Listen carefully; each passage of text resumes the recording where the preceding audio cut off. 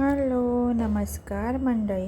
ऑफिसची सुट्टी असली की घरी कसा चटपटीत आणि चमचमीत नाश्ता संध्याकाळी झालाच पाहिजे.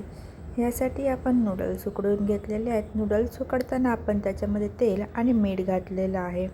छान असं पाण्याला उकळी आली की आपण हे नूडल्स बाजूला काढून घेणार आहोत. बाजूला काढून ह्याला थंड पाण्याने धुवून घ्यायचे आहेत, म्हणजे हे नूडल्स एकमेकांना चिटकत नाहीत.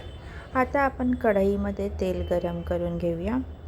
तेल छान असं गरम झालं की त्याच्यामध्ये आलं आणि लसूण छान असं परतून घ्यायचं आहे. त्याचा कच्चटपणा गेला की त्याच्यामध्ये पातीच्या कांदे घालून घ्यायचे आहेत आणि तेही छान असे फ्राय करून घ्यायचे आहेत. त्याच्यामध्ये आपला साधा कांदा, शिमला मिरची, कोबी छान अशी परतून घ्यायची आहे. आपल्याला हे परतताना जास्त नाही परतायचं आहे. भाजी थोडी कच्चटच राहिली पाहिजे.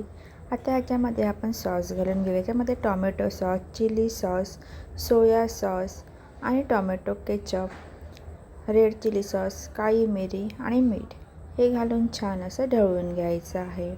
आता आपण जे उकडलेले नूडल्स होते ते ह्याच्यामध्ये घालून घेणार आहोत आणि छान असे मिक्स करणार आहोत. जास्त मिक्स करू नका. वरच्यावर छान असे वरती उचलून पुन्हा खाली ठेवा. पूर्ण मिश्रणाला मसाला लागला की चला आपले चमचमीत नूडल्स खायला घ्या. कशी वाटली रेसिपी?